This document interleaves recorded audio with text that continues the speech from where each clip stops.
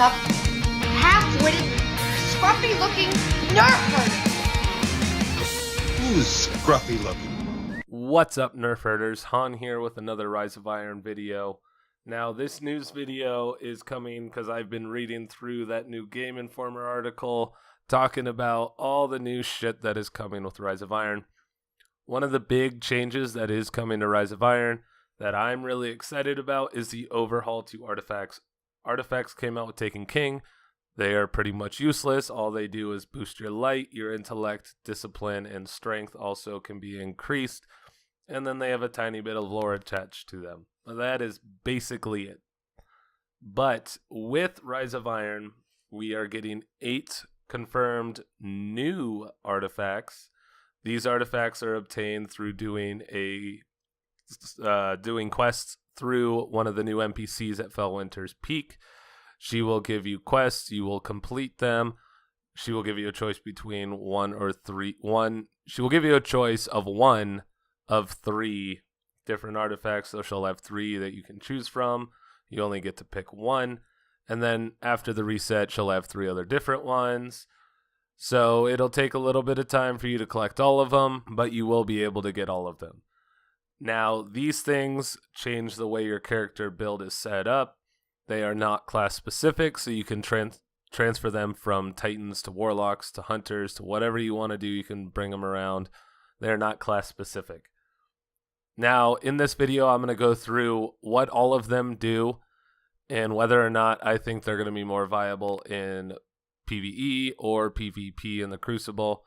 But we're going to go through them all. The first one that we're going to talk about is Memory of Radagast. Now, Radagast in the article, it talks about him being the King Arthur of the group. I think that's pretty rad.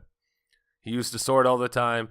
And when you equip his artifact, what it does is it allows you, when using your sword, to reflect energy-based projectiles. So in PvE, you will be able to reflect Ogre Blasts, anything energy-based. And in the Crucible, you will be able to reflect rockets. Not bullets, but just rockets. You'll be able to reflect rockets, which I think that's rad. Everyone's going to look like Jedis when they use this, reflecting rockets back at people, especially if they can get like multi-kills, like triple kills and whatever. That's going to be badass. I am excited for that one. That build, or that artifact, is a mixture of both. It's kind of half and half. It's more of a PvE build because it's going to have more of a use than it is a PvP build because you're only going to be able to reflect rockets, but it is still pretty badass. Now, the Memory of Perrun, what this one does, this is a strictly PvP artifact. This one, it causes enemies with supers to be highlighted in yellow, and then enemies with low health will be highlighted in red, so they will be easier for you to see. You'll know without having those scopes that tell you who has a super, you'll be able to know which Guardians have their supers, which ones are low on health. That's going to be pretty OP in Trials because you're going to know who has their super and who doesn't. So that's what the Memory of Perrun does. That one, like I said, straight PvP artifact. Now, the Memory of Jolder, this one, I mean, it could kind of go both ways as a PvP or a PvE kind of artifact. But Jolder was a Titan who would just run into battle, didn't care about her own safety. She wanted to get the job done. So what her artifact does is it completely eliminates the sprint cooldown. Now, the sprint cooldown is when you sprint, you can sprint for pretty much, I don't think it stops you from sprinting ever. However, once you stop, there is a cooldown before you can sprint again. I've noticed it multiple times in PvP. But what this does is it stops that, so you won't ever have a cooldown. You could sprint, kill someone, sprint again. Now, the Memory of Silumar, it applies a unique ward that greatly reduces damage over time. I feel like this is going to be a huge one in PvP because Thorn is confirmed to be coming back to Rise of Iron. There's going to be Thorn out there. Even though Thorn is not a monster anymore, I've been playing with it recently. It's still easy to get kills with it, but not what it was. But this will reduce the damage over time from Thorn, Firebolt grenades, Incendiary grenades, poison the Venom grenades from the Night Stalker Hunters. So that's what that's going to do. It's going to reduce dramatically the effects of damage over time. Now, moving on to the Memory of Fellwinter. This one is pretty crazy. It's a huge game changer. It's probably the biggest change of all of them. What this one does is you equip it, you no longer have super. You will never get your super while you wear this.